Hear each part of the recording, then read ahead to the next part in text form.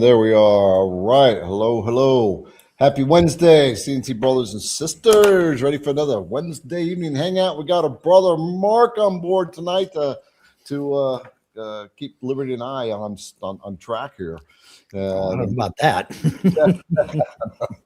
And so thanks, Mark, for joining us, folks. If you got questions, then question marks ahead of your questions so we can spot them and get them flagged for us. We're going to bring out Julianne, and there's a whole crew that's on board tonight. So me, Liberty, Julianne, and a brother Mark. So you all know what Julianne does, but we got a couple announcements we're going to make before we start diving in. Julianne, you've got a couple of your babies out here that why don't you talk about what we got going on? Yeah. So my growing children will say, we actually have a IDC merch website now. That has been a labor-intensive couple months worth of work, and we're still not sure how we feel about it, but we will be ordering things off of it. Yeah. So yeah, it's got a plethora. So do you want me to share screen, or do you want to share screen, Garrett? You share screen. I'll share screen. Okay. Well, I got to pull it up to share screen. Homework's that on the website. So on the website, let me get this open. So folks have been asking for merch. We got some real high quality stuff. Oh yeah, I'm excited. I'm excited for it. Yeah. Okay. Can we see where I'm at?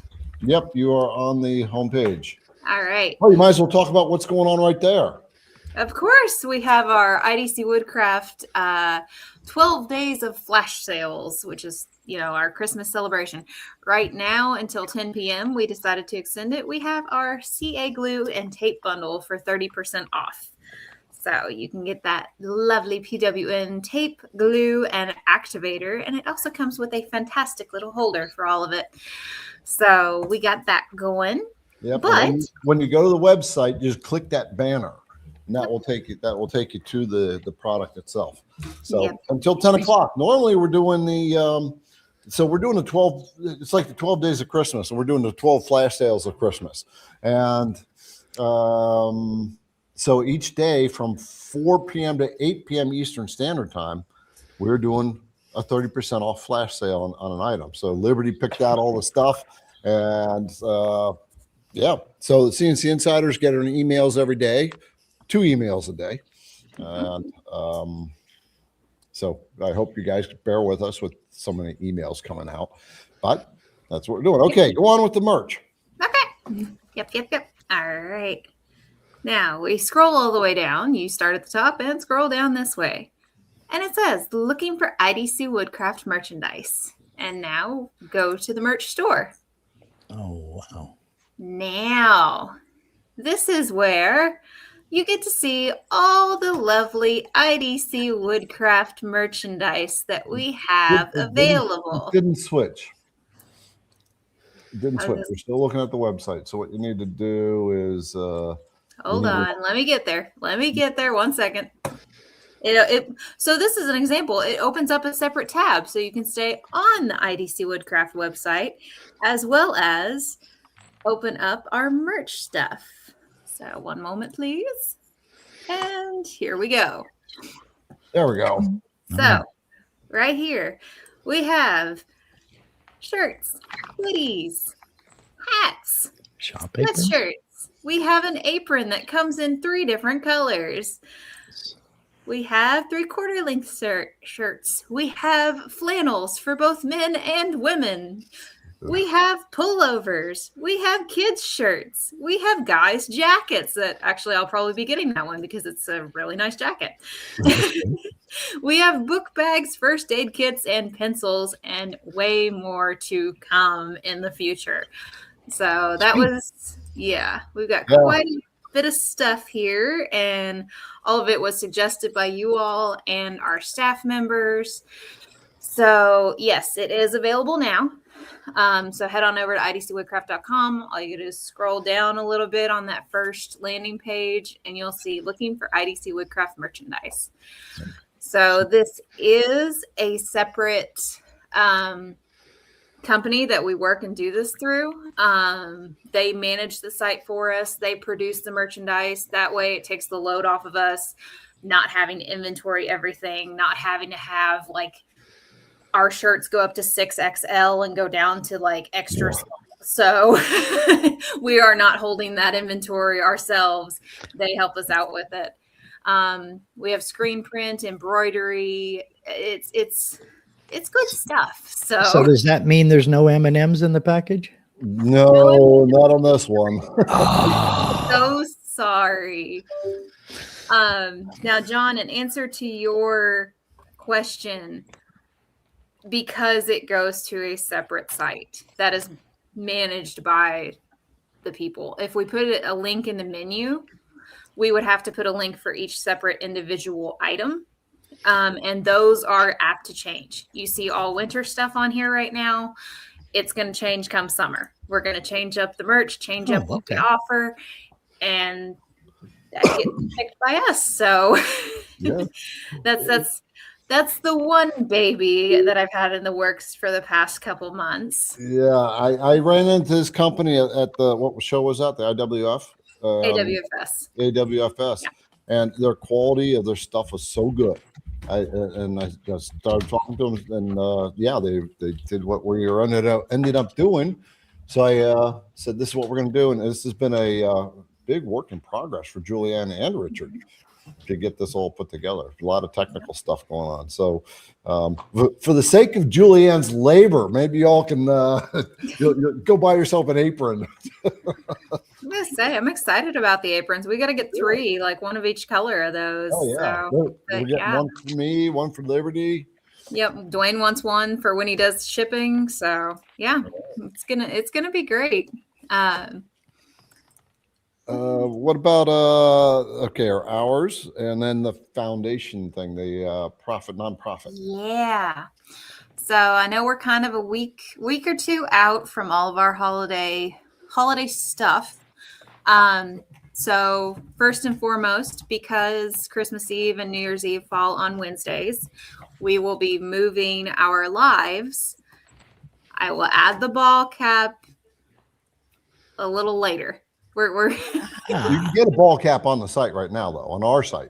Yep, on our site you can. Anyway, yep. about hours. So we are moving our Wednesday live streams for the next 2 weeks to Monday at 8 p.m. This is because on those Wednesdays for Christmas Eve and New Year's Eve, we will be closed. The next Thursdays of Christmas and New Year's Day, we will be closed. So just kind of bear with us as we get those orders in after the holidays, because we may have a little bit of a delay in shipping and packaging just from everybody coming back from the holidays. I know Liberty's going to be out for a whole vacation week come New Year's, so we're gonna be and moving around. Yep, and we are doing that big release on December 26th, so we're gonna have a lot of shipping. I'm gonna jump in real quick and then you can come back on. So I'm going to share my camera. So we got the edge hugger clamps. These guys right here. These little tiny black clamps right there, like these kits, the edge hugger kits. So we already have 2,500 people signed up that want this. We've had to increase our order for this, but on the 26th we're going to release it. We have 1,000 units in stock. So we're going to put a link in here for you to get on the sign up. But on the 26th, we're going to release it to those people who get on the sign up list. And it's going to be first come, first serve. And with that many people and more being added, it's going to wipe out really quick. You're going to have to jump on it. But you won't miss your discount if you don't get it. We will hold that for when we get our inventory back in. But look at the clamp like that little black one, compared to what a lot of these different clamps that we use. So low profile, low clearance. I got a video on that. So anyway, we'll link that video too. Okay, Julianne, go ahead and.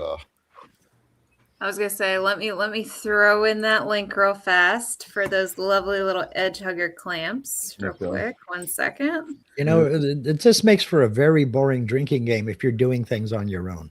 Well, I'm sorry. I mean, I could tell you that I've got like homemade bourbon balls right here that I'm using. Well, then so you're not drinking, so. So, all right.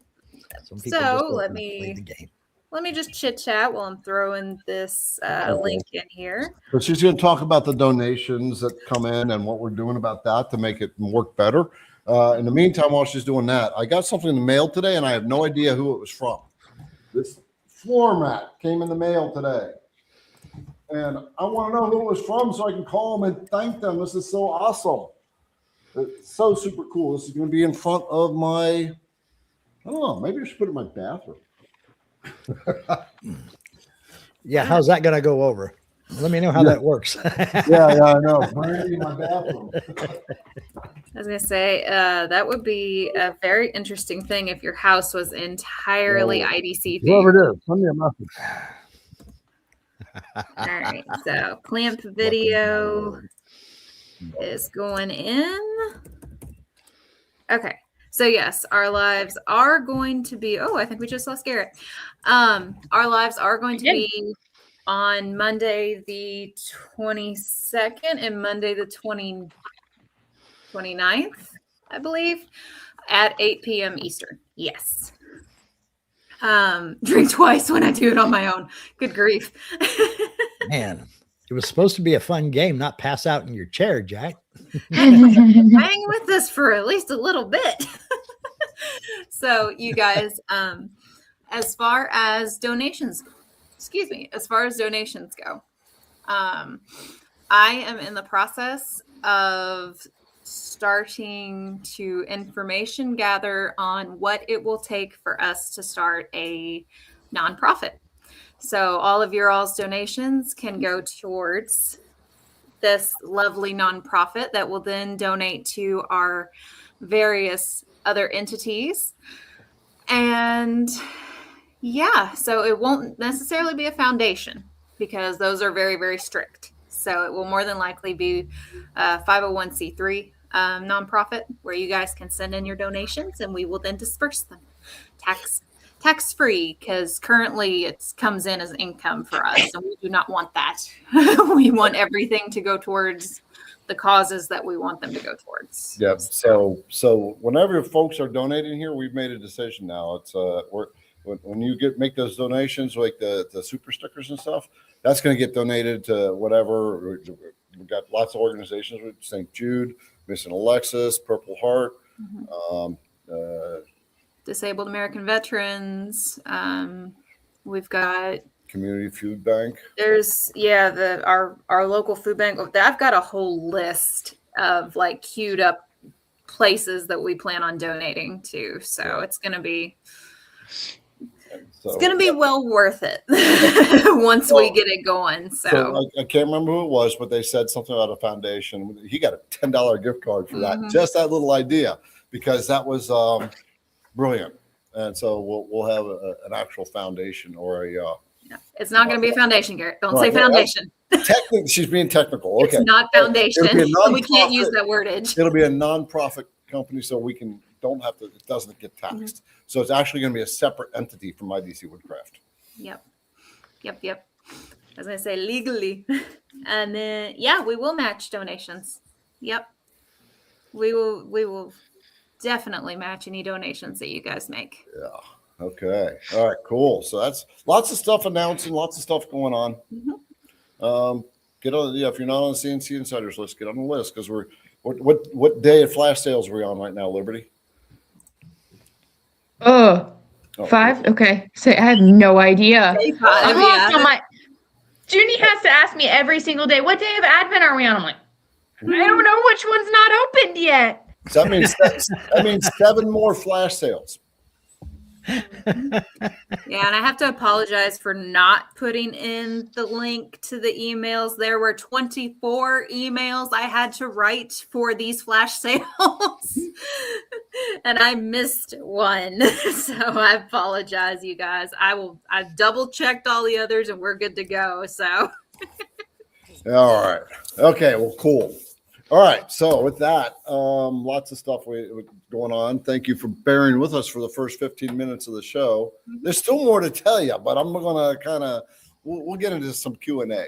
So we're going to, Julianne will be in the back. She will drop in links as we go along, and links for everything will be in the description. And make sure you all give us a thumbs up for having Mark on board.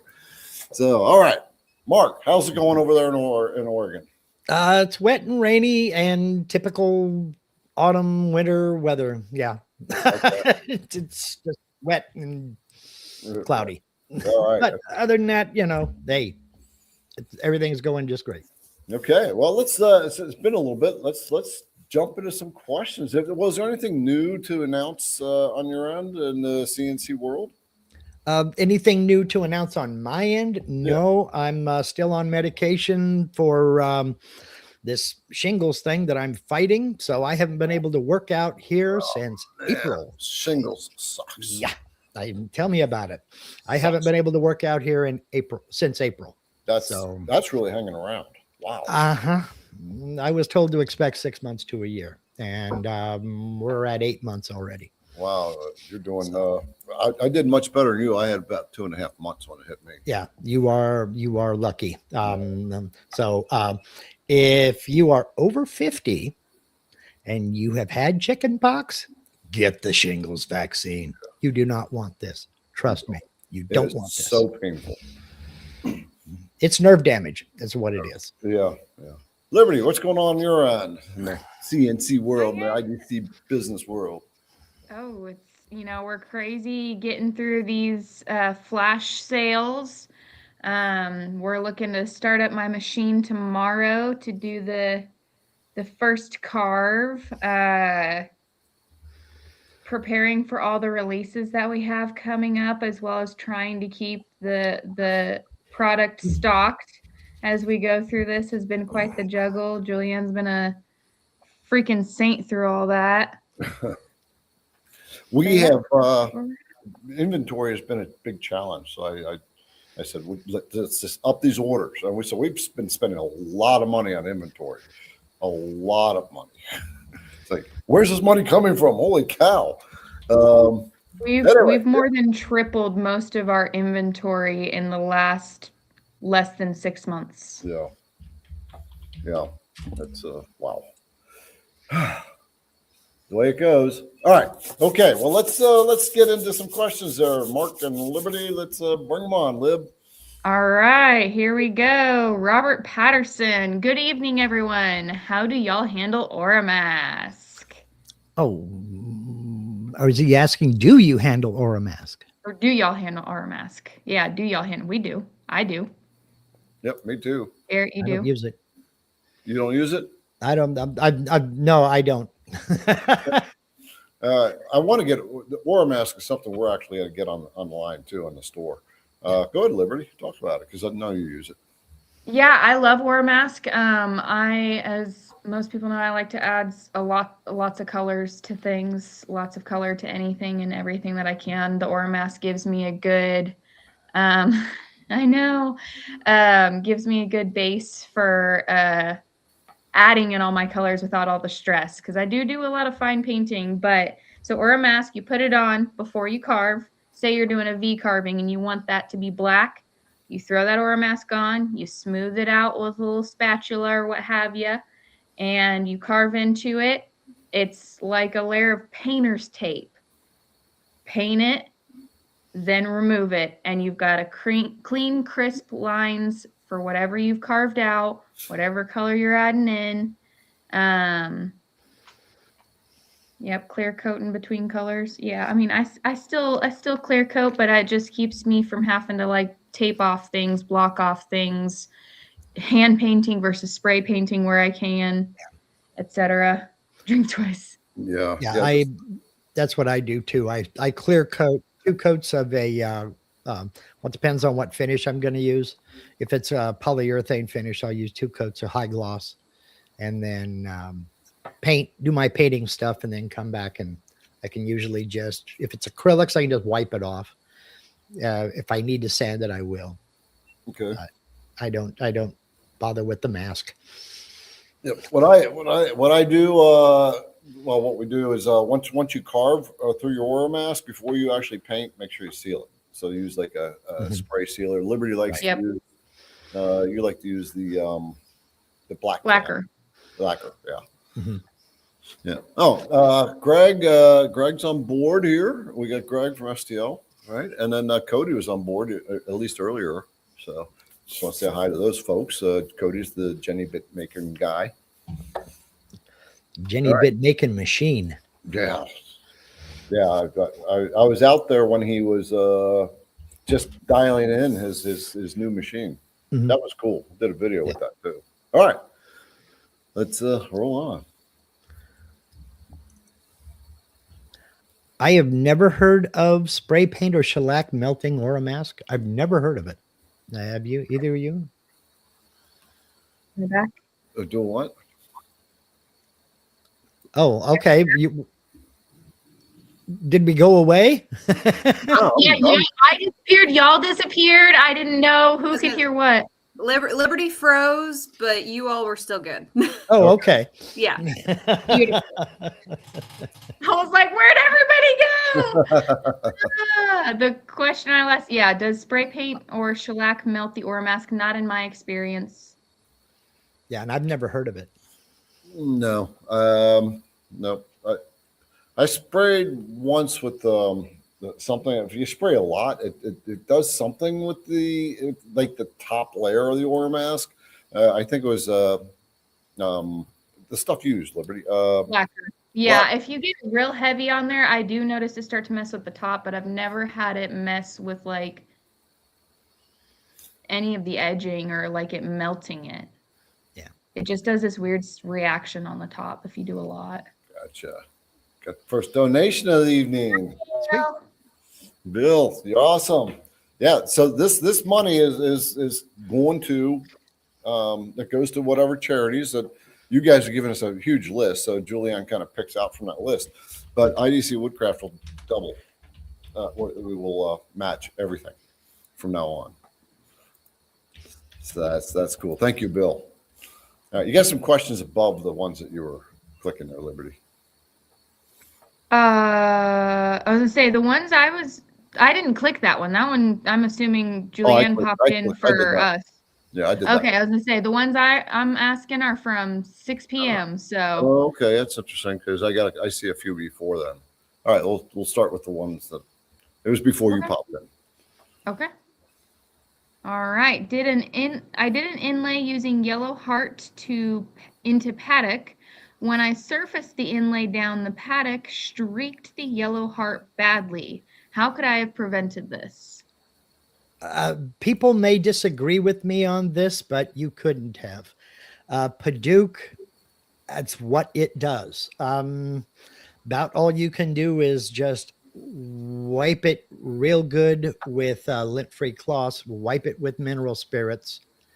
If mineral spirits doesn't get it, you could try lacquer thinner. I'm not 100% certain it'll do it, but Padauk dust is bright orange for a little while. And there's nothing you can, I mean, that's what Padauk does. It will stain other lighter colored woods. Really? Okay. Yeah. It's the fine dust will get into the grain of the other woods. In this case, yellowheart. And once that dust gets in there, it's really hard to get out. I mean, you can try compressed air, but I see Greg over there saying he doesn't even sand it without a vacuum on it because it just, well, even sanding will cause the dust to get into the grain of the contrasting wood. So could you have prevented it? Probably not. How you clean it up afterwards, again, clean it real good with mineral spirits and see how that does. I see some people saying acetone. Okay. I've not tried acetone. Huh. Okay. I've never worked with Padauk, so I couldn't tell you. Yeah, all right. It's a real pretty orange color until it starts to oxidize. Then it turns brown. Okay. So, not much you can say. All right. David Wilson, Garrett, I pulled the trigger on purchasing an AltMill 4x4. Cannot wait for the January delivery. Woo, woo, woo. You are going to love having a machine, brother. We got new Nice. CNC coming on board. Woo-hoo. Hmm. Love it. All right, David, congratulations, dude. And, you know, it feels so good when you finally make the plunge. It does. It does. Good. All right. Robert Patterson, Mark, can you show text on a circle? Hang on, I'm going to go over here where I can see it. I can do it on an arc, but it doesn't want to put it around a circle. I know you have videos on this. It's just me. I know. I'm missing a step somewhere. I have 2 videos out on, well, 3 videos out on putting text on a curve. I don't have a video out on text on a circle. I've never needed it. I guess I could try it.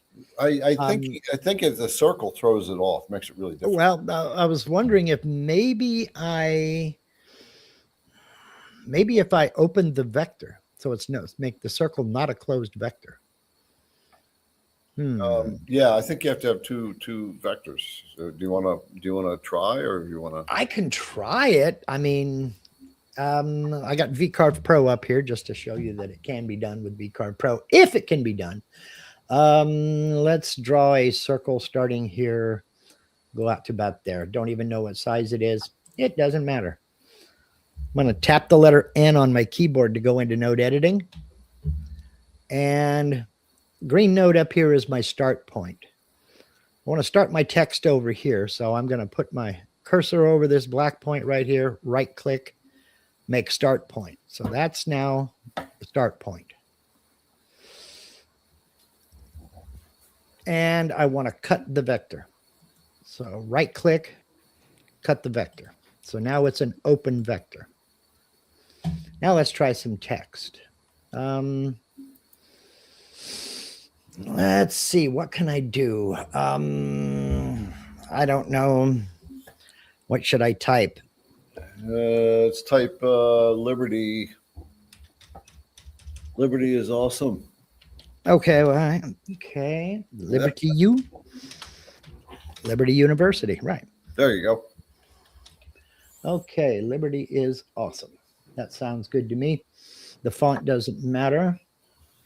Close that. Liberty saying it ding dong sure does matter.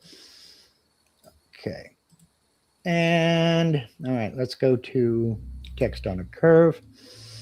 I want to select a single line of text. Then I want to select the curve, hold down shift. And it's not enough. It's not enough. Let's scale the text to fit the curve, 100%. Oh, there we go. Oh, so open cool. Vector. Now we want to go. So you just cut one of the nodes then, right? We want to go below the curve. Now, that really needs a lot of kerning because they all ran together. Yes, I just went, I just opened the vector. So there is no closed vector. Okay, there we go. All right, cool. And we went with middle, yes. Okay. That's so, okay, that's cool. So you don't have to use a semicircle. You just have to create an open vector by cutting one of the nodes. Right, just cut the, right click, cut the vector in node edit mode. Okay. And there's a question here. It says, Garrett, am I giving the team off for Friday night? For Friday, right? What's on Friday? I don't know. Our clamp release on the 26th, and then I don't know. We're just off the Wednesdays and the Thursday. I don't know. You guys want Friday off? That's up to Oh, we can't take Friday off. We have sales. We have too much shipping to do. I think he means Friday the 26th. We're working. We have too much shipping to do. Yeah. You're going to go to work the day after Christmas? Yep. Yeah. Got to do There's it. going to be too many orders. All right. All right. Question from Dan, wondering how I can hold down this piece of walnut I want to carve out. It's 5 inches tall by 2.5 inches wide and 10 inches in length. Looking for the best way to support this. So like a 3x5 by 10. That's a lot. All options are Not available. much. 2 inches wide, 10 inches in length.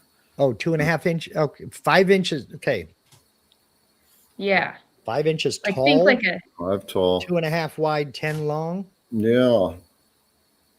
So clamping. if that's how you're wanting to mount it on the machine, wow, what would you do? Look into vertical work holding. Look into vertical work holding off the front of the machine or somewhere in the center of the machine.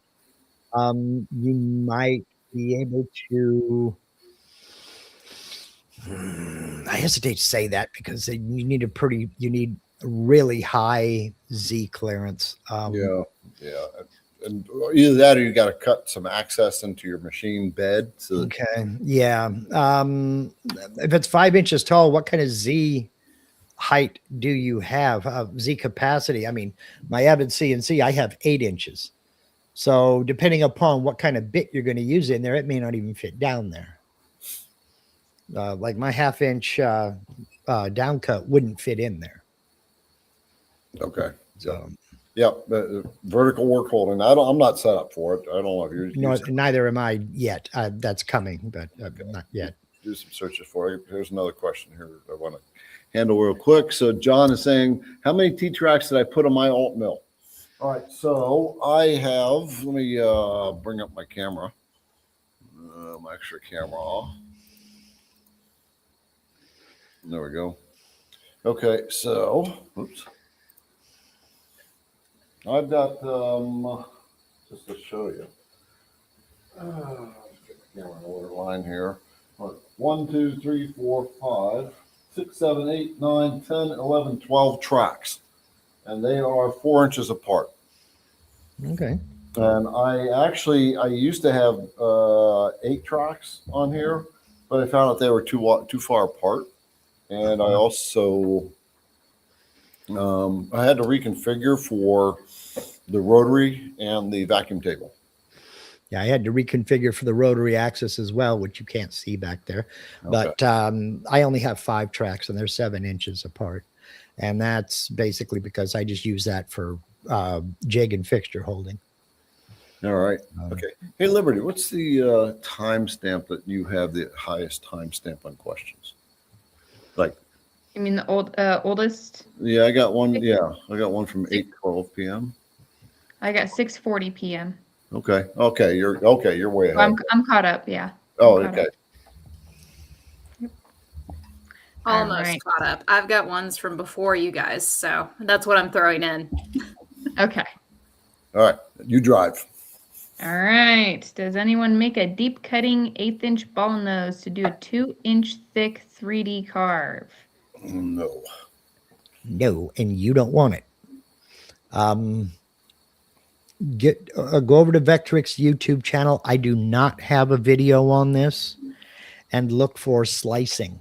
That way you can slice your 3D model and be able to lay it out on thinner stock and then glue it back together after you have everything cut out.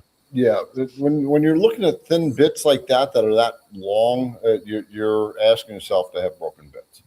That's why tooling companies don't do it. I've had people ask me for 5-inch long, 1/4-inch bits, and I just won't do it. That's because you're going to break them, unless you're a professional. You know what you're doing and know what you're setting up, and you've had experience like that. But I just won't get the tooling like that. Now, if you have the capacity to use 1/2 inch collets, you can use 1/2 inch tooling. I know my 1/2 inch spiral down cut will carve 2 inches deep. So you can use that for a 3D roughing tool path. And then you should be okay with a standard 1/8 inch ball nose, because once you've roughed it, you're just leaving behind a thin skin, and you don't need those real long ball nose bits for your 3D carve. You do a 3D roughing tool path with a good capacity end mill. And as I say, I use 1/2 inch tooling for that. That's got a 2-inch cutting flute length, rather. But this thing is a beast. It moves material right now. Big ones do. Okay, so for Mark, could you have the girls post the number of the videos that you deal with inlays, and also if you have ever done a clock?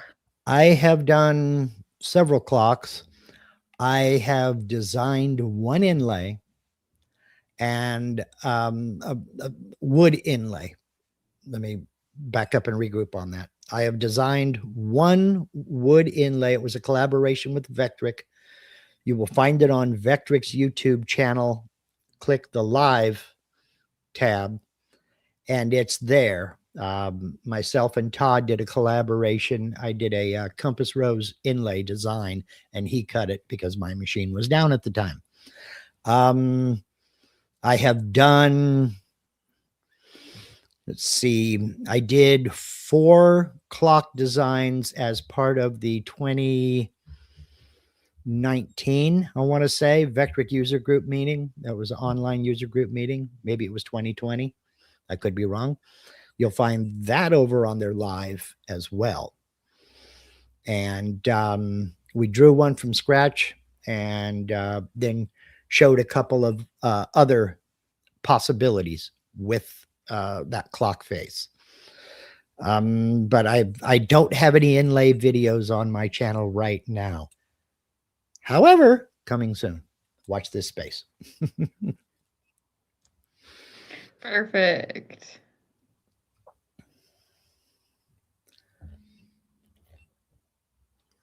Mark, have you ever chosen an 1/8 inch rougher over a 1/4 inch rougher for a 2.5D carve to leave less and make it easier on the 1/32 finish carve, or does it matter? Thanks. It does matter. It does matter a lot because at the end of the day, that 1/32 inch finish carver is a 1/32 inch diameter bit, the tip on it. So you want to remove as much, the bulk of that material. Generally speaking, the project is going to determine which rougher I'm going to use. I'll put it to you this way. I don't own any 1/8 inch roughing bits. If I'm going to use an 1/8 inch bit, I'll just use an 1/8 inch end mill. I very rarely use them. However, I tend to use a 1/4 inch end mill and leave a, what I'm trying to remember what it's called, machining allowance. I get them confused. Greg said do a 0.02 for the allowance. Yeah. Oops, not finishing, Mark. Roughing. I use a 0.03. Yeah. Machining allowance. I use a 0.03. 0.02 works. I mean, yeah. And that's what the roughing toolpath is for, to remove the bulk of that material. And so you can take it easy on your smaller bits. Yep. They're not putting as much work in and they're lasting longer for the things you need them for. That's right. That's right. They're a bit pricey. All right. Best way to add texture to a stacked text sign. Can I plug my own stuff on this? Of course. Okay. Because this is the preview of coming attractions. I'm going to be doing a excellent texture video that'll work really good on stacked text. However, I do have a video on using texture toolpath and using vector texture creator. So, but a different kind of texture is coming that looks great for the back of a stacked text sign. And it's real easy. It looks, I mean, this texture is amazing. And people will just go, oh, and it's real easy. No 3D involved. Awesome. Welcome back to the show. Yeah, thanks. Yeah, it's all of a sudden the audio cuts out, and I don't know what's going on. There's just this has been happening like the last 3 weeks now. I exit, come back in, and just I had to reboot the computer this time. I think he just wants to beta test M&Ms. He needs to keep the feed going. Yep. All right. What's the difference between sheets and layers? Easiest way to think of this is think of sheets as another piece of material. Just a separate piece of material. So if you're going to cut out, let's say, a shelf unit, and a small one, something that you can hang up on the wall for coffee cups or what have you, you could have the back of the shelf on one sheet, then the left side of the shelf on another sheet, then the right side of the shelf on another sheet. So you're keeping it all in one file, so you don't have 3 separate files for the same project. But just think of them as separate pieces of material that can be different sizes, even different thicknesses. Mm-hmm. So, any videos out there on sheets? I used sheets, I know, to make a little walnut shelf for my wife's teacups and what have you. Mm-hmm. But I don't remember if that was 1 video, 2 videos. I'd have to go over and take. You know what? Let's bring up your screen and just show them how to, what different sheets. Okay, let's do that. All right. Oh, and by the way, I got a couple of corrections out there. Pete, thank you. A couple of other people said you don't have to cut the vector. It will work on a full circle. Oh, okay. So, okay. All right. In the meantime, layers is where you're separating components of the same drawing. Right. I like to think of layers as, you remember the old projectors, the overhead projectors where they had the plastic sheets they used to write on, and think of so Mark's got the circle with the words on it. So one layer is going to have the letters on it, and the other layer is going to have the circles on it. And so you can see through it and you can see them both. And think of a layer, you can turn a layer off. It's like taking the sheet out. So you're not messing with that one. You can switch layers. So it helps you keep your drawing organized, and you can turn things on and off.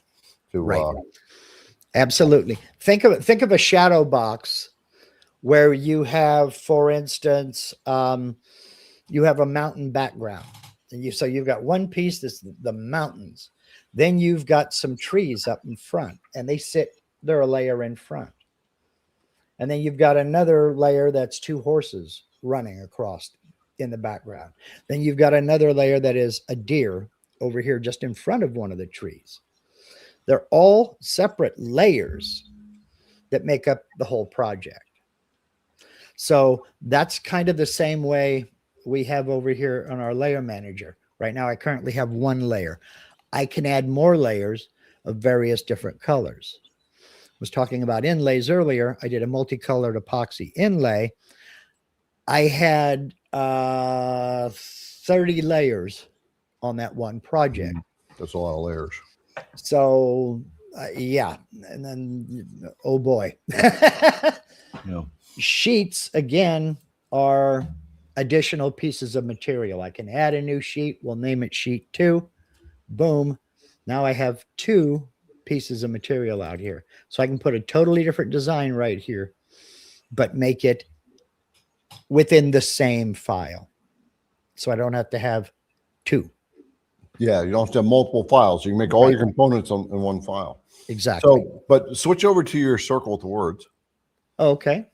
And just create a layer. Just create a layer and put your words on one layer and a circle on the other. Okay. And then, I'm gonna leave my words on layer 1. Up, go to layers, Mark. And you can do this multiple ways. You can do this multiple ways. If I'm in my layers tab, I can add a new layer right here. I can come up here to my layer manager and I can add a new layer here. Or if I'm already working out here in the workspace, I can just select what I want to move to a new layer, right click, move to layer, new layer, It'll bring up this little thing here. And I'm going to go ahead and name it layer 2, but I'm going to make the drawing color blue. And I'm going to make it visible, and I'm going to make it active. Okay, so now I have 2 layers. And that vector is blue. Now, if I'm out here working in the design space and I don't want to see this vector, it's in my way, I can just come up here and I can see that layer 2 is active because the title layer 2 is in bold. Just click on layer 1 to make it the active layer, then turn off layer 2 by clicking that little radio button there. And now that vector is gone. So now I can work within my pattern, my design, and come back and turn it back on to check, make sure nothing's interfering with it, turn it off because I don't need it right now. That's just one of the benefits of working with layers. Well, so you can change color. You can do all kinds of stuff with layers. Oh, you can do all kinds. You can associate tool paths with layers so that anything on that layer is calculated into that tool path. I mean, it makes things so easy. Yeah, but at the basic, layers is there to organize your drawings. So keep one element on one layer, and so if you're doing a cribbage board, all your drill holes will be on one layer. Right. Your lines that go around the boards, those will be on another layer. Your scoring will be on another layer. Right. So you can turn things on and off because everything's so tight in there. You're trying to pick things to drill it or something like that. Yep. Okay. All right. Cool. Robert, I make handcrafted wood signs. If I buy a CNC, what size should I buy? How can a CNC look handcrafted? There are a lot of textures that you can apply. There are a lot of textures you can use that will make it look hand carved. What size of CNC should you buy? What size signs do you create? What is your most common size? A lot of people buy bigger than they need, but it's real easy to outgrow a machine real fast. So you got to find that happy medium. What is the most popular size? Generally speaking, depends upon where you put your machine. You can tile a design so that you cut one section, push the material, carve another section, push the material and carve the next section, or even cut it out in separate squares and then put them together later on. Yeah. But I know several people who have bought, in fact, I know 4 people who have bought 4x8 machines and wish they'd have bought 4x4s because they don't use 4x8. And so they end up with the world's most expensive assembly table. Yeah. Yeah. Yeah. So Mark's on. Here's the way I like to think about it. So if you are making these signs and you do it as a living regularly, you want to make sure you're getting a solid machine. Yes. Right? That's built to be durable, has good rigidity to it, and anticipate the sizes of the signs. So you want to take into account the largest one typically, but if you don't have room, but you got to take into account the room you have too. Yeah, right? Absolutely. In fact, if you're into production, take the not the footprint, take the cutting size of the machine and double it. That's how much room you need for that machine, because you're going to need to handle materials. You're going to need to be able to get around it so that you can maintain it. You're going to need space. Yeah. So if it's an 8x4 machine, you want 16x8. Yeah. My first machine was a 24x24 work cutting area. And that actually quickly became a little too small for me. And then I went to a 30x30. That was better. And I kept wanting to upsize. Finally, I got to a 4x4. And I haven't had a need for anything bigger than that. Yeah.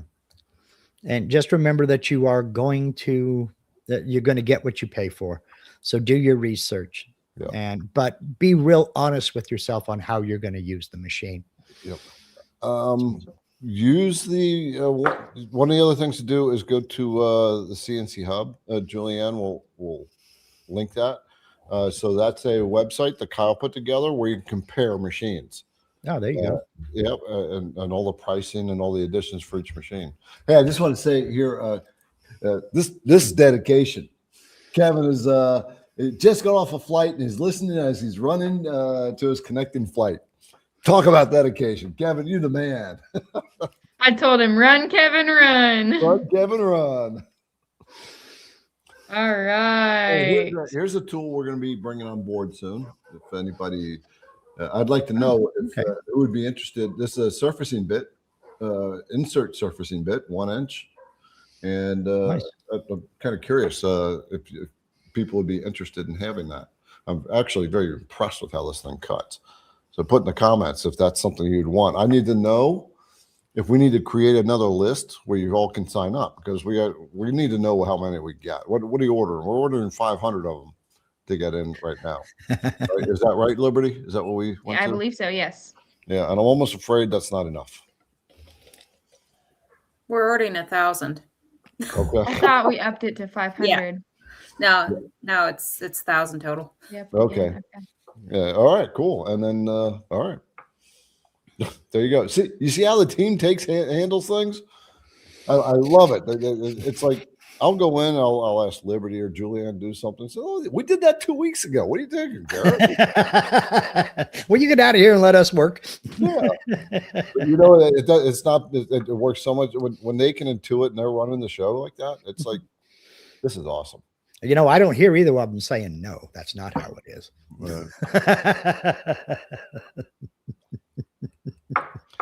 All right. Okay, let's roll on. Be a lot. All right, sorry. Let's see. Fix and fire.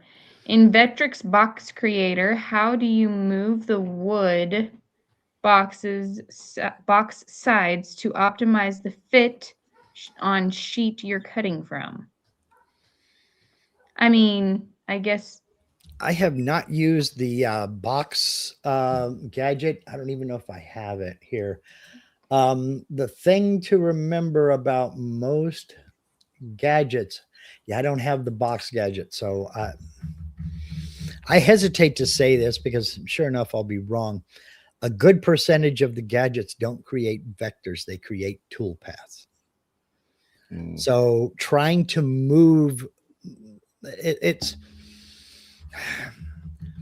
think of the sketch carve tool path. People talk about, well, how come I can't just trace the vectors? Because it's not creating vectors. It's creating a tool path.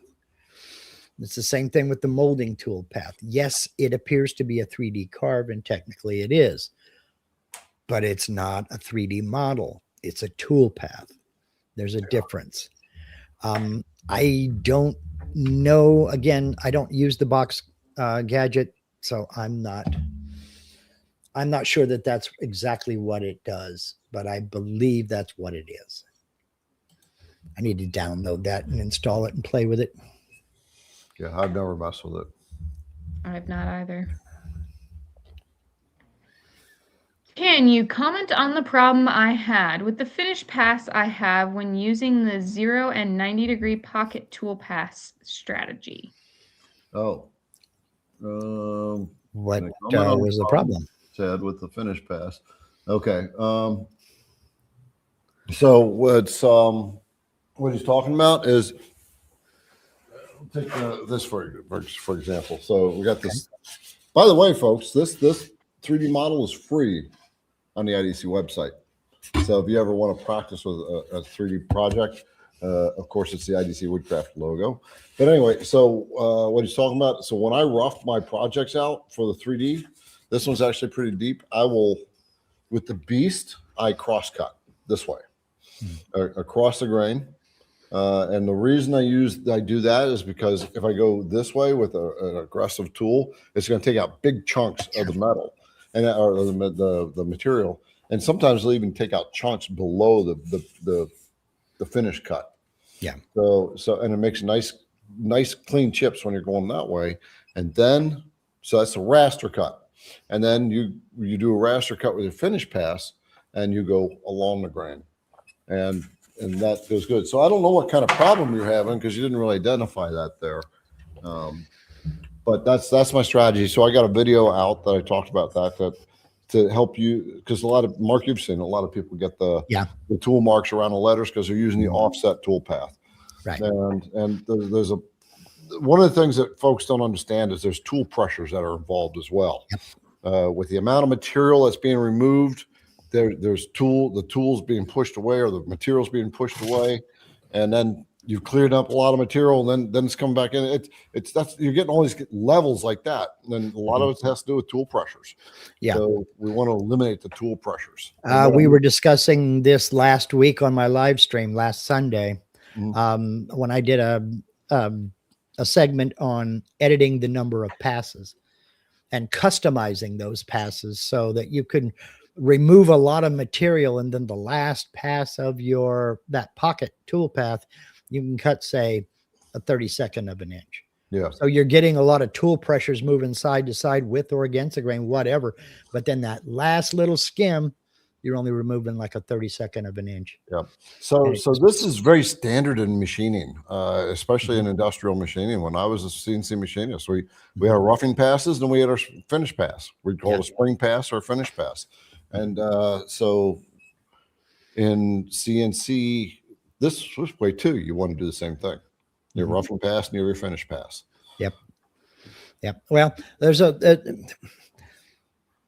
I hesitate to say it's the conventional wisdom, but there is one school of thought that says with a tapered ball nose, you don't need a roughing pass. Yeah. Well, that may be, but what does your finish look like? Yeah. With the ball nose, taper ball nose, I want to keep the whole level consistent as much as possible. So the tool pressures are the same all the way across the board. So I got to talk about this now. Then that you brought that taper ball nose up. So they have the Vectric release the Easy Create, the 3D model program. Yes. And so I have been putting a video together to explain how that works and how to work with it. And I got to tell you guys, I am super impressed with how that works. Can you expand my screen, Julia? You know what? No, I'm going to share a screen with the picture. The level of detail I can get out of these projects is like insane. Some of this stuff is scary.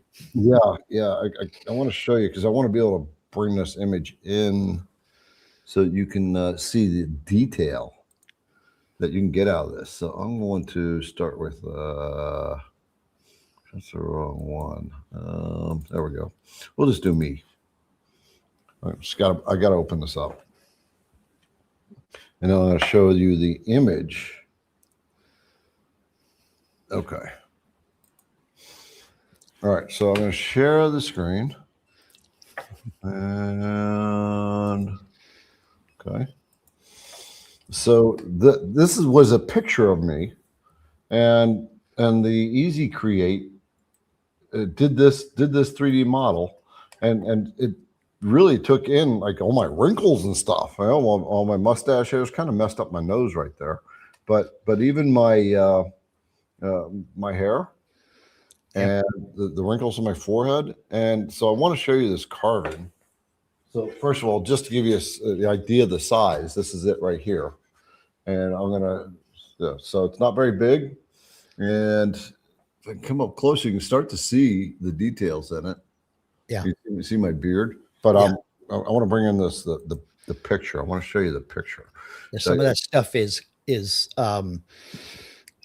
amazing. Yeah, it's scary. It's scary. It's scary, amazing. Okay, so I'm going to zoom in. So this was, so you see the size. This is 7 inches wide, and I'm using an ultra fine taper ball nose. So we have a ultra fine taper ball nose. We got a new one. It's a long one. It's actually even finer. So I'm going to call it hyper fine, I think. But I mean, you can see the detail in the hair on that, and my eyelashes are showing up. You can kind of see the irises here. This is done on white oak. You got my beard, and the IDC logo. You can read, virtually read that. The details in that is amazing, stunning. Mm-hmm. Yeah, some of that stuff is just outrageous. Yeah, I mean, my favorite detail was the superhero one, the camo on your pants. Oh yeah, It okay. caught the camo detail on the pattern of his pants. It did. And I was even using the fine detail taper ball nose. I'll bring that one up. Yeah, I did it's the wizard that was really cool. Let me bring this up though. Okay, so it's IDC Man. So we got IDC Man, and yep, and it picked up the camo on my pants. I had camo pants on and picked up the camo on the pants and actually took care of that. So IDC Man, the detail wasn't as good on that one because I was using our fine detail taper ball nose, not the ultra fine. But this is the one that really came out cool. Let me switch that. The wizard. So this I gave really intense instructions prompt to the AI in Easy Create. And I told it very specifically, I wanted the globe at a certain level in the certain hand. I wanted the hair to blow. And I mean, just look at the level of that detail. And I'm almost getting fuzzed out. But you can see the irises. Irises are carved into into that. Julianne made a note about the texture on the sash. Yeah, the texture on the cape. Yeah, it's wow. So cool. So anybody's brand new at doing this stuff, doing CNC, you're going to be blown away at how easy it is to have these 3D models made.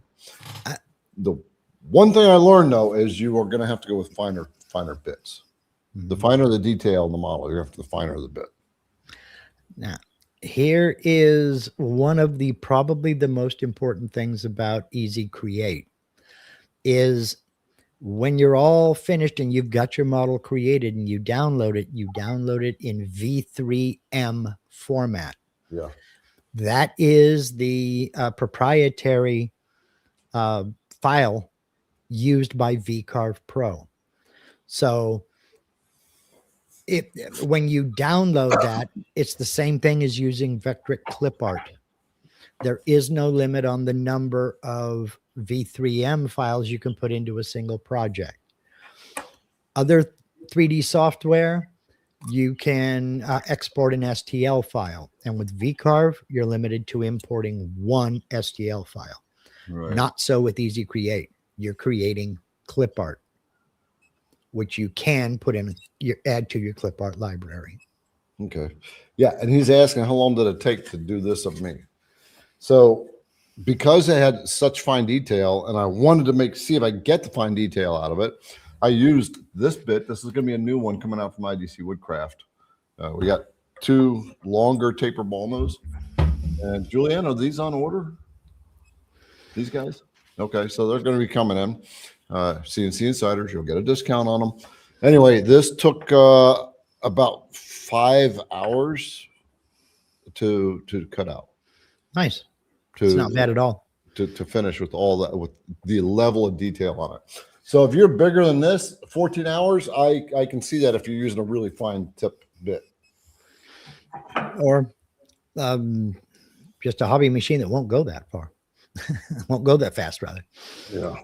Yeah, and I cranked it up. You know, I'm just going as fast as I can. I set it to 250 inches per minute. Of course, it never reaches that. No. Because there's so much acceleration and deceleration. 3D carves cut at all 3D carves cut at the speed of the slowest axis, and that's almost always the Z, your plunge rate. So. All right. Here. He said, my problem with the 0-90-degree pocket tool path was they had to use a 1/4 inch and a 1/8 inch bit for the 0-degree pass to get all the detail needed. The 0-degree pass cut deeper than the 1/4 inch pass. So, okay, so you had a little depth issue going on there.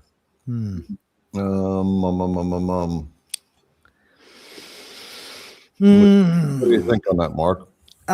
Several things can cause that. I don't know what you're using to set your Z0. Be it a touch plate or something of that nature. I don't know anything about the geometry of the bits you were using. Is one of them got a flat bottom and the other kind of a fishtail shape? There's again, the 1/8 inch if the 1/8 inch cut deeper than the other two. No. Then the point. Not really sure. I'll have to play with that. Liberty, have we seen that? Have you played with that kind of idea and have that kind of issue or not? I see somebody out there saying tramming issue with a question mark. Generally speaking, not. Generally speaking, I don't know. I'll have to try project. See how that. See if that's a pain to try to sand out as well. Yeah. I feel for you, but so here's what I would do though.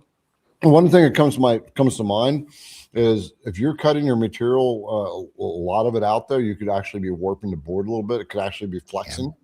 And normally, if you're taking a pocket out, it's going to flex the other way. But it could be moving a bit or warping a bit. The other thing is, if that happens with the 1/8 inch bit, don't move your part. Take that 1/8 inch bit out and come back in with your 1/4 inch and see if it cleans it up. And if it doesn't, then drop it down just a hair. 0.4 of an inch. Yeah. And try the 1/4 inch and then try your 1/8 inch again. Another thing, I don't know, this is maybe reaching for it, Garrett. I don't know what you think, but what was the spiral of the 1/8 inch bit? Was it upcut or down cut? Yep. Upcut bits will tend to try to lift material. Yep. Your down cut, this is where tool pressures come into play. Your down cut's a screw that's trying to push itself upward. Right. And your upcut is a screw trying to pull itself down. Right. So those are tool pressures, and those are going to. This is one of the reasons why you see all these different levels. Yeah.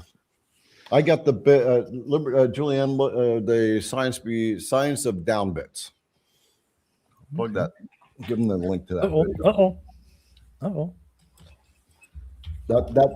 That video gives you a scientific explanation as to what Mark and I are just talking about. All right. Paul, I just upgraded to the 12.5. What is the best bit to use? It looks like a 2 moose design uses a 3D degree bit or 30 degree bit. Goodness gracious, could not say that. Any suggestions? It's easier for you to say. 12.5 is the version. 12.5, yeah, that's the version of Vectric software. I would assume, yeah. What's the best bit to use for what? What are you trying to accomplish? How many bits do you offer in your inventory right now? How many different bits? It's a great question. It's been a long time since I've counted. Yeah. You think you carry 100 bits yet? Close, yeah. Yeah, probably pretty close. Okay. I'm fixing to say buy one of each, but I won't do that to you. I won't do that to you, Paul Wheeler. It depends on what you're going to do. If you're going to VCarve, I have inlay. Oh, he's doing inlay. Okay. It depends on the size of the inlay. It depends how big is the inlay. If you're doing a nice big, say a clock face, you might be able to use a 90 degree V bit. If you're doing really tiny text, you might need a 10 degree V bit. It just depends. The project is going to dictate what you do. So V bits are not hugely expensive. If you do you offer a V bit set? Mm-hmm. Yep. You do? Yep. 30, 60, 90. I would start there. There you go. 30, 60, 90 degrees. My go-to bit for most things I'm V carving, my go-to right off the bat is a 90 degree V bit. And if the preview doesn't look good, I'll go to the 60. Mm-hmm. If I'm going to do like a epoxy inlay, I was using 15 degree V bits. And buy more than one because you will break them. Mhm. You will break. Put the a 50 mouse pad underneath your collet Mm-hmm. when you're changing out your V-bits. That helps. Put a floor mat underneath your CNC for when you're pulling things out of containers and stuff. Your fingers are going to slip. Gives you that extra layer of protection from your V-bits just popping right off. I snapped a 15-degree V-bit putting the dust collection brush on the dust collector. It never cut a piece of material. I chucked it in there. Okay, here we go. And I felt it smack. And and I looked at it, and sure enough, it snapped the tip off of that. We have the 10-degree taper ball nose, and we're going to have the 6-degree taper ball nose, but I will not do a 10-degree V-bit. I won't do a 15-degree V-bit. I'm talking full angle. Yeah. Instead of half angle. Half angle, we have the 30-degree as a half angle of 15. But yeah, no, those things, like Mark said, you breathe on it, the thing breaks. Yeah. Yeah. Buy them by the 5. Yeah. Buy 5 of them. Yeah. But, if you can get a hold of a decent set, Julianne already posted the link there for the V-bit set. Yep. So, I gotta say, folks, when you see comments like this, that's because we asked Julianne to put a link in there, and so Mark started this. Take a drink. Every time we asked Julianne, the IDC Woodcraft drinking gang. Every time you ask Julianne or Liberty to do something, you got to take a drink. Yeah. Stole my wife's cookie mat. Hey, whatever. I had a channel member send me a mouse pad because I have an old wore out mouse pad that I use on a daily basis. They had a mouse pad made with my logo on it. That's underneath my logo. It says subscribe. Oh, that's cool. That goes in my videos. Beautiful. Cool. I got my mat now. I mean, whoever sent this to me today, I still want to know. There we go. That's such a cool mat. Yep. In my videos, that's what I change bits on. I love it. Oh, folks, remember, up until 10 o'clock, you got the 30% off deal, right? The flash sale, the day 5 flash sale, 30% off of, what is it, Liberty? The PWN glue set today. Okay. Tape and CA glue, my favorite mounting method. Yeah. Yes. So that's what you got another 48 minutes to do that. Yeah. We're wasting, folks. Let's go. We're burning daylight. All right. Is there an optimum feeds and speeds for cutting Christmas ornaments? CV for best minimal cutting time. There are so many variables. There are so many variables in there. I mean, what's the material? How thick is the material? What is the material? Is it foam? Is it acrylic? Is it plywood? Yeah. What bit are you using? Mm-hmm. How deep are we going? There are so many variables. I really need to do I need to do a better video on feeds and speeds. Yeah, I really do. It can be. It's hard to. It's so subjective to what you're doing and what the material is. So, like the database that we have for IDC Woodcraft that we offer for free, right? And it's all conservative, very conservative numbers, because we don't know what you're running. You could be trying to run through brick as far as we know. Actually, we've had a couple of interesting returns, haven't we, Liberty? I think one of the beast or a hog came back with all the teeth broken off. I think they're trying to cut steel with it or something. Whoa. Yeah. I've had them wrapped in like aluminum. Yeah. Yep. I've sat there picking it off like, hey, this isn't actually broken. It's just covered in aluminum. Yeah. One of my channel members, Brooks Martin, he comes in here every once in a while. Yep, he's in here. He actually carves limestone. Oh, wow. He CNC carves limestone.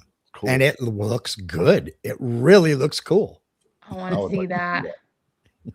I want to see that. Brooks is a beast. I mean, that guy is one of the busiest people I know. Okay. All right. Dusty Woodcutter, where can I find out how to install the IoT switch on my AltMill? I can't find the information I need. Thanks. So IoT switch, I'm assuming you're going to use that for like if you're doing a water cooled spindle. So the IoT, you'll have to ask CNC Labs because they're going to have to. They'll tell you what input it will be into the control box. Definitely go to CNC. So folks, for those of you who don't know, IoT switch is a relay that when you your machine starts, it sends a code like whatever code, and what that does, it turns on a separate box and it trips a switch.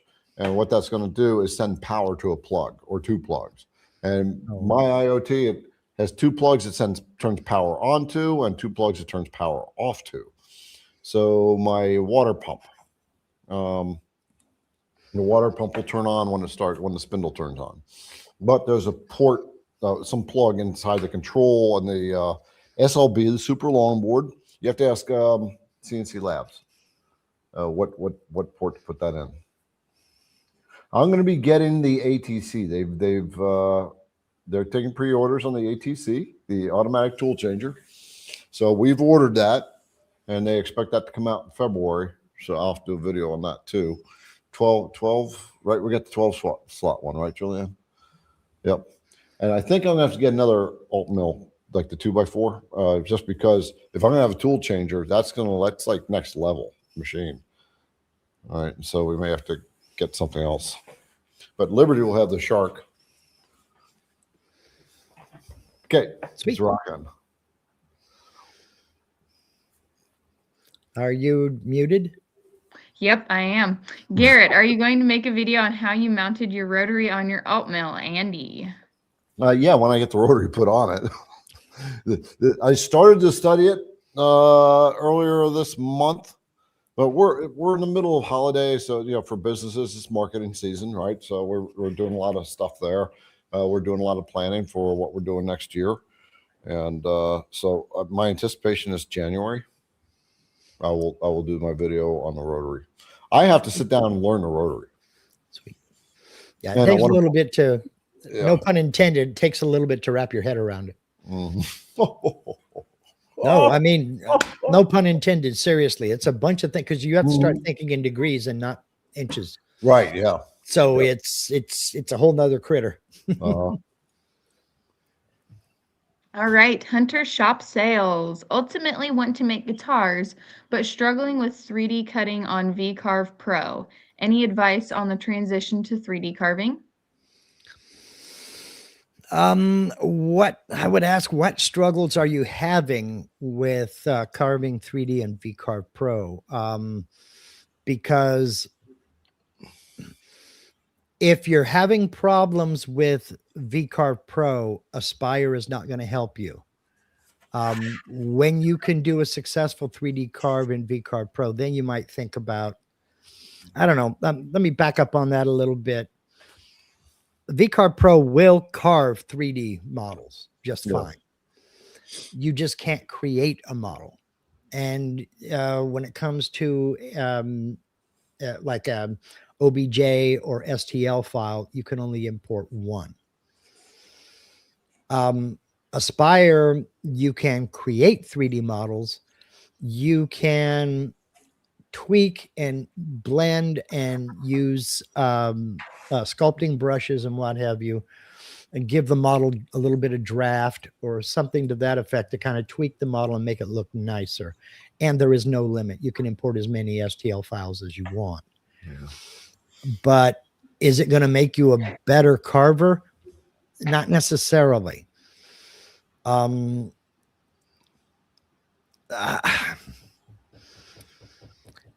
I would say just get into the tutorials. What I did when I was learning how to do things like this was I got on my local Craigslist and I went to the free section and I just started looking for free scrap wood. And it may be fence boards one day. It may be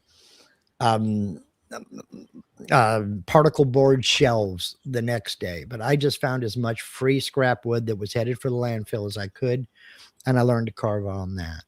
And once I got to where I could get a good repeatable carve, then I would start worrying about using nicer material.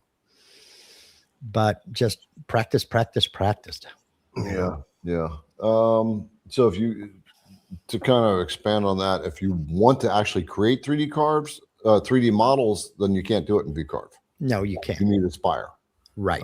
If you're and that's struggling, where, well, that's where Easy Create comes in, because while you can't really create a 3D model, you can also, you can import a picture, create a model from that picture, and save it as clip art. So you have no limit on the number of pieces of clip art you can import into a model. Right. So, yeah. Okay. So Kyle did a 3D snowman. So Kyle is the, he's the only person that has a full-blown Vectric course out there from beginner all the way up to the expert, the 3D Aspire. And if you're brand new to CNC and you're trying to learn the Vectric software by YouTubing it, it's okay, but it's not going to get you where you need to get to. Right, Liberty? Well, that went 10 years. All right. Well, I saw somebody say that Kyle created a 3D snowman in VCarve. Yeah. That's using the clip art. That's using the 3D clip art that comes with VCarve Pro. And yes, I could make it. I could do it too. Yeah. But you can, you're limited. So. All right. Okay. Yeah. Check out Kyle's course. He's got a free trial, like little boot camp thing.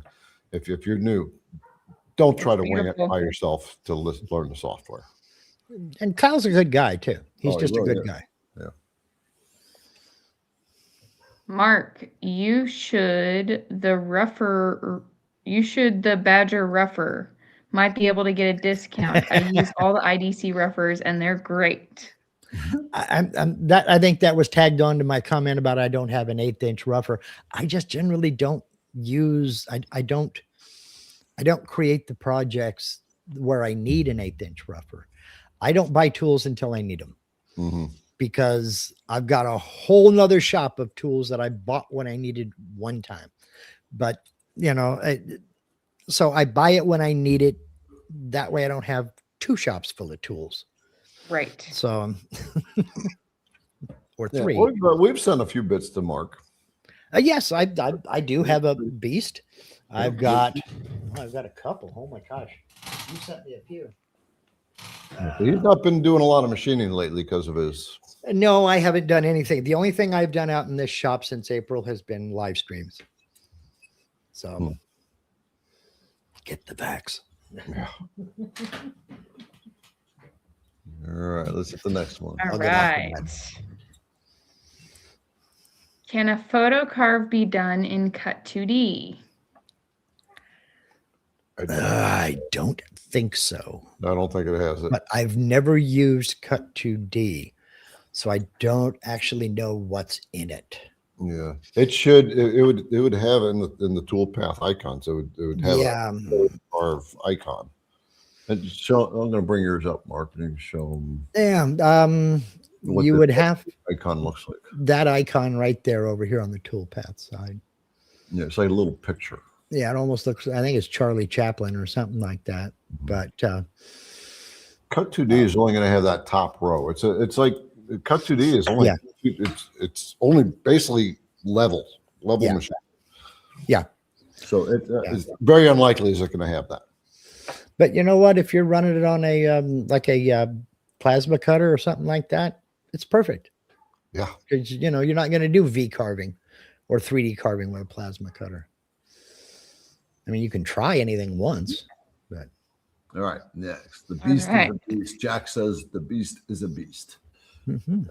It is. Beast is a beast. I love using the beast. I use it all the time whenever I'm doing these 3D models. All my roughing is done with the beast. All of it. Right. and I set it at 300 inches per minute, 80% step over. I do it maybe a 1/4 inch to 3/4 of an inch deep. And it's just, it's awesome. Yeah. I don't do a lot of 3D carving. What's the difference between clip art and STL files? Which is better to store files and use as a template? Well, one's 3D and one's 2D. Well, they're both 3D files. Clip art is the. If you want to bring me back up here, share my screen again. The clip art is down here on the clip art tab. Yours might be over here on the left side. You've got, oh, come on. There we go. I've got animals here. Oh, come on. Wake up. Oh, you're going to do that to me, are you? All right, let's do this. Okay, there we go. All right. Sorry about that. You've got all of these little individual models here. Now, these are all V3M files. I don't know if you can see that little bubble popping up. It's BAS 50034-A V3M. That's a proprietary format created by Vectric. I don't know of a way to convert any other 3D files to V3M files because, again, it's proprietary. An STL file, STL standing for stereolithography, I believe.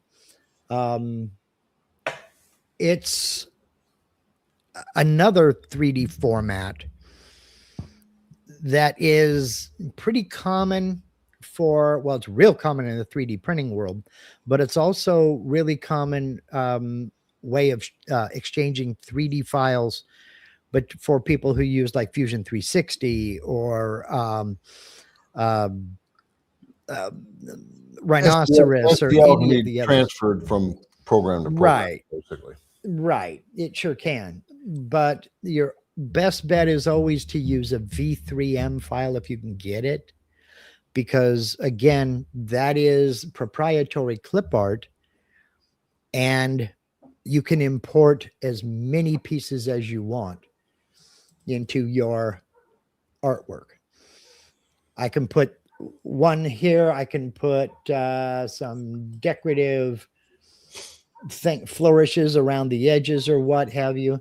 So I can use as many of these as I want. Yeah, the Vectric model, the V3M extension, it's essentially an STL file, but STL is a file structure that can be transferred from one program to another.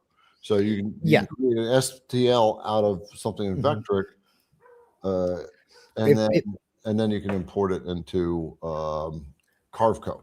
Well, if you have Aspire, you can export an STL file from a Vectric. In fact, everybody has seen, let's go back to animals. Everybody has seen this eagle down here. That's the Vectric eagle. That is the most widely used, I hesitate to say pirated, but that's the most widely used eagle head model that you'll see. But it started out as a Vectric clip art file. So, all right. Couple more questions, then we're gonna have to knock off for the night, folks. But I want to remind you that next Monday, we are doing our live next Monday, and the following Monday as well. So we're not going to be doing it Christmas Eve, right? Right. So we'll do it on Mondays. We'll send out an email to those in the CNC Insiders, so you know. And I'm sorry I won't be here for the Monday live streams because I have my Monday members only live streams on Mondays. So sorry. What time is yours? Let's see, 5 p.m. Pacific, so that would be 8 p.m. Eastern. Okay. Till whenever. Oh darn, we're going to be doing the same time.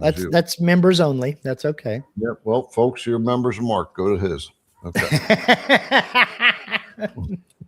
I was just saying I won't be here. I'm sorry. Right. Okay.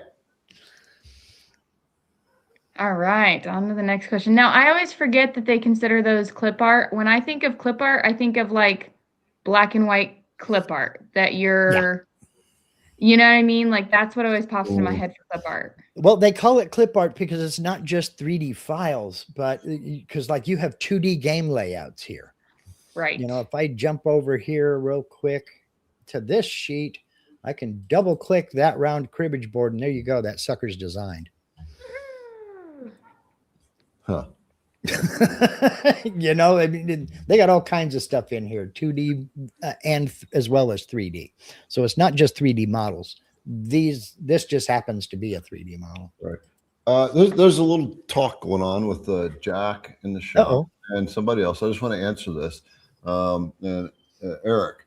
So for you guys that have the long mill, MK2 or the MK2.5, CNC Labs is coming out with a kit that it's a closed loop kit, right? Closed loop stepper motors, so that I'm sure it's going to have the sensors with it. So when you have closed loop, that means that the motors are communicating with the controller. So if it gets out of position, it's going to alarm out. Right now, the MK2 and the MK2.5 are not, they're open loop. So if you lose position, the control's not going to know it and keep on running. So just I saw the email on it. I don't know when they're going to have pre-orders on it, but you guys might want to get that. Well, once we have it, we'll let you know once we see it. All right. Okay, on to the next. I'm questioning having a 12-inch riser versus an 8-inch on my Avid CNC. Well, do you need the capacity? Take an honest look at what you're going to cut. I've got the 8-inch. Take an honest look at what you are going to carve. Will you need that extra capacity? And if you're going to have that much capacity, are you going with the 12-inch Z-axis or not? It's really entirely up to you. Okay, I see he says for a makerspace, no clue. You might want to talk with the folks involved in budgeting for the makerspace and get a hold of the folks at Avid CNC and talk to them. They are very, very accommodating and they'll help you. I really want to get them online on our live show. Yeah. Corey or Eric. Yeah, either Corey one. or Eric, either one. Yeah, Eric is a good guy. He's a lot of fun. Yeah. And it's not going to be, they don't try to upsell. I mean, they talked me out of the 8.7 horse spindle. So, you know, I wanted the 8.7 horse spindle. Why? Well, because it's 8.7 horsepower. So it's like, you know what, unless you're flattening slabs for a living, do you really need it? And I thought, well, no, I don't. So I had to go for the measly little 4 horsepower. That's okay. All right. Okay. Well, we are what, almost past 9:30. So guys, we're gonna get ready to start knocking off. Gonna bring Julianne back on board. Asking, does Mark have long hair now? Yeah, he does. Yeah, you got long hair now. You cut your beard down now. Yeah, it's getting to be that season, and I didn't want any mistaken identities of Santa Claus. So yeah, got rid of it. All right, so folks, my little one is quite famous for mistaking anybody with a long white beard. Is that Santa? I got stopped in a grocery store one time. Little girl looked at me. Did you Santa? And I could see Mom right behind her going, you know. And so I'm like, no, sweetie, I'm sorry, I'm not Santa. And I kind of leaned forward and I said, but I know him. Yeah. And the kid was like, you being good for your mommy? And Mom's going, thank you.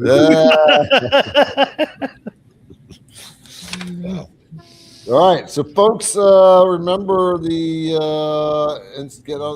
doing the flash sales every day from 4 p.m. to 8 p.m. Eastern Standard Time. You don't know you won't know what it is until we actually launch the flash sale.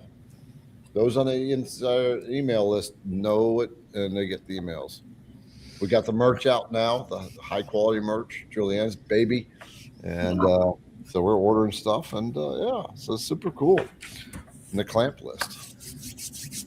All right, we're gonna be. I don't know. I don't know how we're gonna handle these clamps. Slowly, carefully. I didn't like that December laugh. 26th. Look at Garrett. A lot of caffeine. Marker, just said what Phil's saying. Garrett surrounded myself with beautiful women. Yeah, I thought the mustache would give it away. yeah. I hire them for the brains. They just happen to be good looking. So. Hey, me, I get brains. All right. But you're also blonde, so that's a plus. That's true. That means the most dangerous place you can stand is between me and a camera. Right. Okay, well, folks, we are going to. Is there anything else we need to remind them of, ladies? We'll see him Monday, or Mark will see him Monday. Yep. One or the other. Monday at 8, and the next Monday at 8. Yep. So, yep, because we don't want to be here Christmas Eve. Oh, come on. What are you all doing on Christmas Day? I have no idea.